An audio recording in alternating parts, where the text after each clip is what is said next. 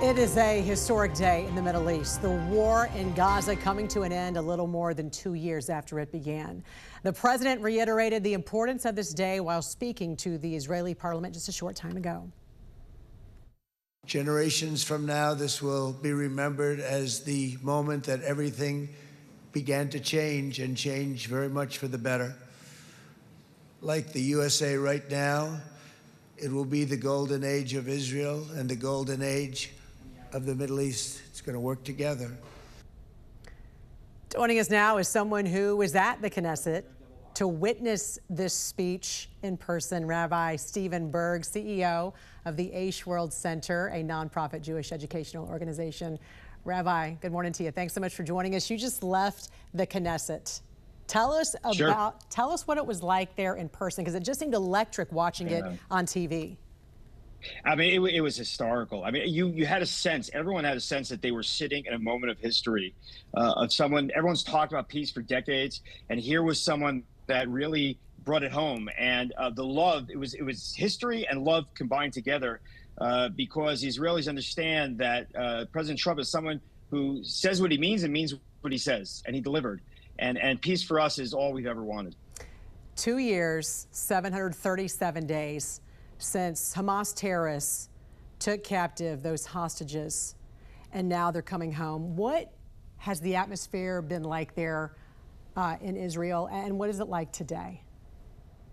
I mean, the emotions are overwhelming. Everyone was watching families being united on their phones as they were listening to the speech. And, you know, we're right there by the Western Wall, right behind us. That's where our offices are. I mean, it was jam-packed last night, throughout the night. I mean, you're talking about tens of thousands of people coming there, praying, thanking. This has been a 2-year nightmare, which is finally over. And, you know, we're ready to move on. And thankfully, the United States is the greatest country in the world. And I think everyone should know that, because only the United States could have stepped in and done what has been done. And I think only President Trump could have done it. And I think the Israeli people understand that. And so we're thankful to God, because we know this was, he played a big part here. We're also thankful to him for sending us the United States of America and President Trump. I got to tell you, it's really remarkable to even be live with you right now and to see the background there behind you, because you don't hear the sirens, you don't hear gunfire. I mean, just talk about that. It just seems so peaceful there behind you. This is a place of prayer. And as I mentioned to many people, from 1948 to 1967, if I was a Jew standing where I'm standing, I would have been killed. Since 1967, when Israel took over the old city of Jerusalem, all three religions have been able to flourish. So I have good relationships with the Christians and the Muslims that are here in the old city, and the Jews.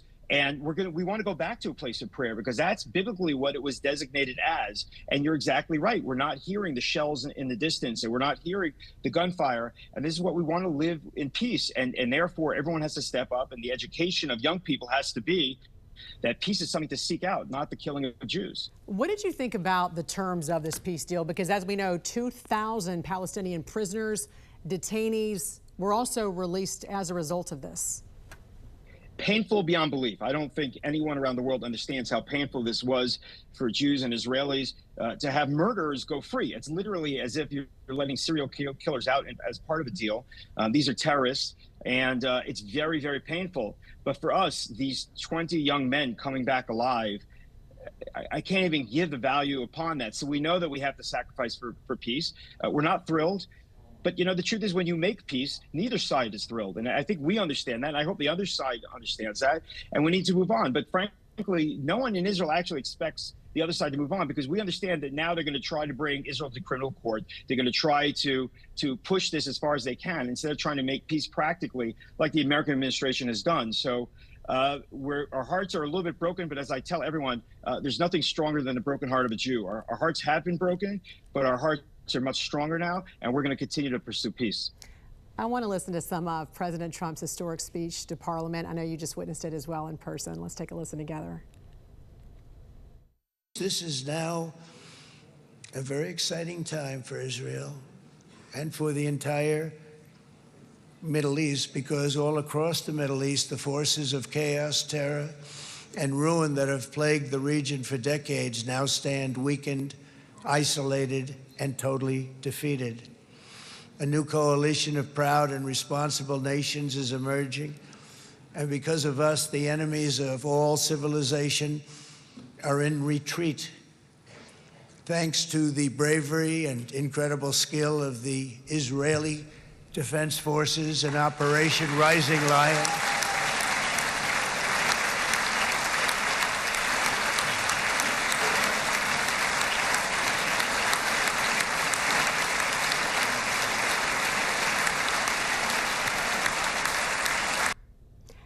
I wanted to play this because I wanted you to talk a little bit about the IDF, the Israeli Defense Forces, and just how amazing they are for your country and how they've defended you guys so well. Look, I can tell you that from my own family's experience, to make it personal, I have two nephews that serve in the IDF and Special Forces. One of them got married 10 days before October 7th, and for a year, almost barely saw his wife.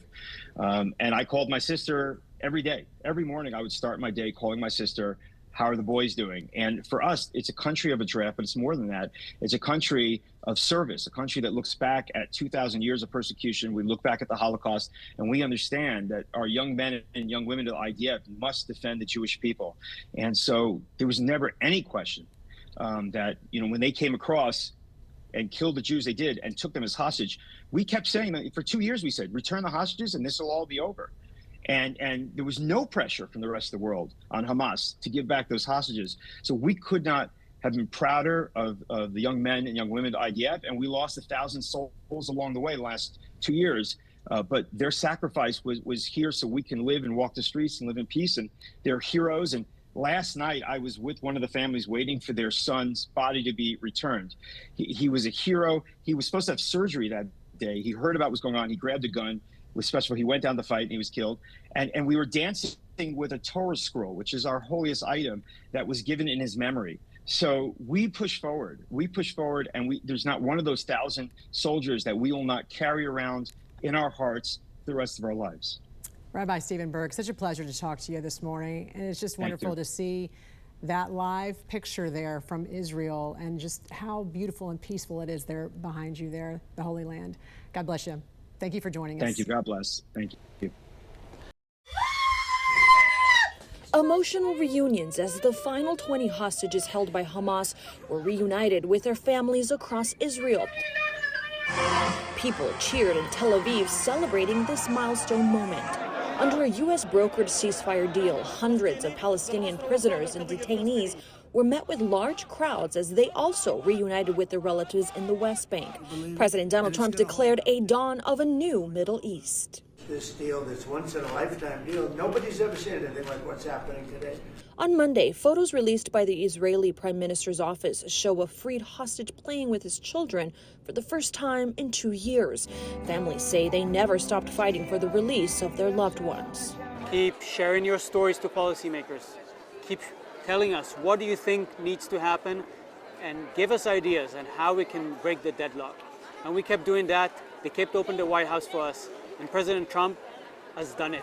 President Trump said that phase 2 of his 20-point ceasefire plan to end the war between Israel and Hamas has already started as he meets with world leaders in Egypt for a summit on Gaza's future and peace in the Middle East. You look at Gaza, it needs a lot of cleanup. This is clearly, in my mind, I think in the mind of everyone in this room, probably one of the most important days for world peace in 50 years. I'm Maribel Gonzalez reporting. How did you get out, and how did Keith get out? I got it out on a deal that all the women and the children, after 51 days, Keith stayed there for 1 year and 4 months, and he came out on a deal. And he's American. He's American. And he was just, you told me, in Washington meeting with President Trump? Yes. He didn't meet President Trump, he spoke to him. And I want to say that Keith, since he came back for the last 8 months, has been 5 times in the States. I was there 17 times. I met everybody that you can think about. I met more than 100 congressmen, and I became very close to Witkoff. I talked to him all the time, and I want to thank President Trump. You're talking about the president's personal special envoy, Steve Witkoff. Yes, and he's working hard around the clock, and I want to thank him for that from the bottom of my heart. I want to thank him from the from this whole country. We need to smile. We've been waiting for it for too long. It's been so sad, just so sad. And for us, Keith and I, being a hostage, knowing what's happening there and what they're feeling, the hostages, is one of the worst things that any person can go through. So many of the hostage families I've been seeing here at Hostage Square are telling me they give so much credit to President Trump for making this happen. You know, I want to say that he's got such a big part in it, and I want to thank him, and we all want to thank him. But I do know that soldiers have been working so hard, and so many of them have died. Israeli soldiers. So Israeli soldiers have died because they've done everything they could to bring the hostages home. So I think it's like a work that they did together. And our president, Bibi Netanyahu, has pushed and wants them home alive. And we've got so many hostages that didn't make it. So it's a very, very happy moment, because I think the little ones that will come back and will be able to live their lives with their families, and their families have been waiting. But there's lots of sadness of the ones that will never come back alive. A lot of people here are so excited like you are, so happy that this is about to take place, but they're also so nervous that, God forbid, something could go wrong. Are you among them? No, I'm happy. It's going to happen. I'm keeping my strength for good things, and it's going to happen. It can't not happen. It just can't not happen. It's going to happen. I believe that. From the minute I heard that the deal is coming true, I believed it. And I've been around people that have asking me, are you sure about it? And what happens if it doesn't happen? I'm sure about it. It's going to happen. I'm with you. I hope you get to hug all those hostages who are coming back very, very soon. Can I give you a hug? Please. Okay. Thank you. Thank you. I'm Matt Gelka in Washington, where the details of Phase 1 of a potentially historic peace deal between Israel and Hamas are starting to emerge. Israel and Hamas signed on to Phase 1 of a U.S.-led peace deal Thursday. It starts with a ceasefire and hostage release. At the White House, the president celebrated the agreement during a cabinet meeting. Something that people said was never going to be done. We ended the war in Gaza and really, on a much bigger basis, created peace. And I think it's going to be a lasting peace, hopefully an everlasting peace.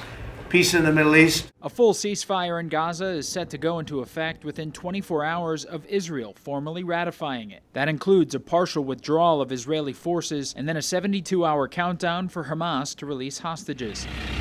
There's believed to be about 20 remaining living hostages and the remains of 25 others. We are getting the hostages back on Tuesday, Monday or Tuesday.